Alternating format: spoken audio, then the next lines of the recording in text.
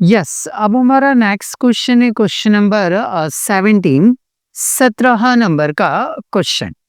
सुप्रिया और आयुषी एक फर्म की कुल संपत्ति अब 5 लाख रुपए है। इस 5 लाख रुपए की जो असेट्स है, इसमें प्रीलिमिनरी एक्सपेंसेस 10,000 रुपए के शामिल है। जो आपकी लाइबिलिटीज है 50,000 रुपए है, इसमें जनरल रिजर्व के 5,000 रुपए शामिल है और औसत लाभ एवरेज प्रॉफिट 80,000 है। नॉर्मल प्रॉफिट की रेट 15% है। सुपर प्रॉफिट की 3 ईयर परचेस के आधार पर गुडविल की कैलकुलेशन कीजिए।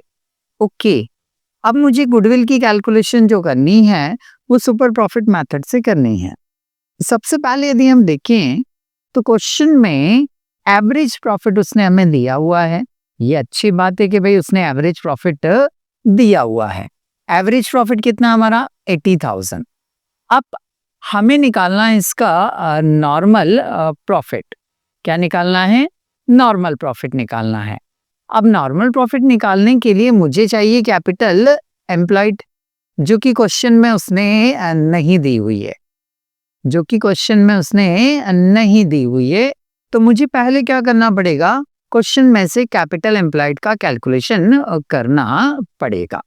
ठीक है भाई, तो कैपिटल एम्प्लॉयड का कैलकुलेशन कैसे करते हैं?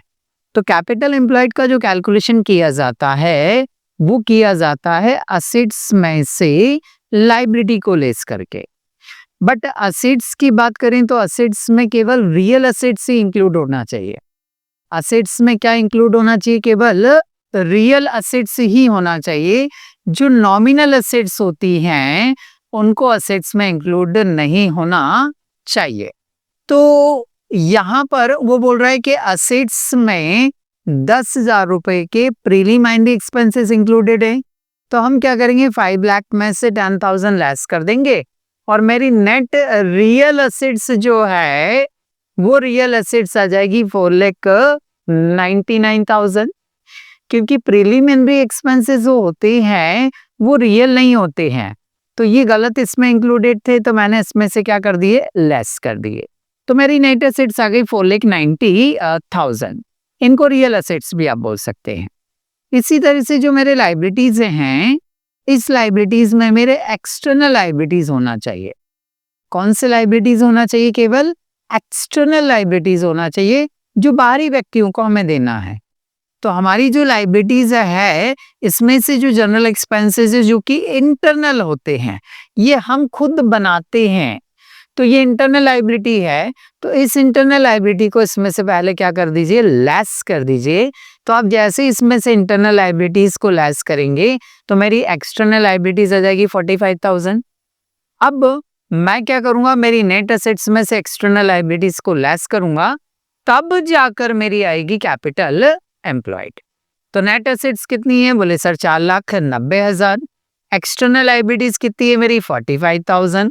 लेस करूंगा तो 4,45,000 क्या आ गई? मेरी कैपिटल एम्प्लॉयड आ गई। बस फिर क्या है?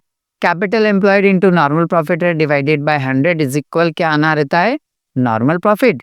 4,45,000 मैंने यहाँ लिखा। नॉर्मल प्रॉफिट की रेट 15% है। 2 जीरो से 2 जीरो को मैंने फटाफट कैंसिल कर दिया। 4450 को 4450 को 15 से मल्टीप्लाई किया। 66,750 जो आया वो हमारा नॉर्मल प्रॉफिट आ गया। एवरेज प्रॉफिट मेरा जो है वो कितना है? 80,000 है। एवरेज प्रॉफिट 80,000, नॉर्मल 66,750, लेस किया, सुपर प्रॉफिट आया 13,250। बस फार्मूला लगाया, super profit into purchasing year बराबर गुडविल। तो 13,250 परचेसिंग ईयर उसने 3 दिया है, मल्टीप्लाई किया कितना आ गया? 39,750। तो ये गुडविल आ गई हमारी 39,750।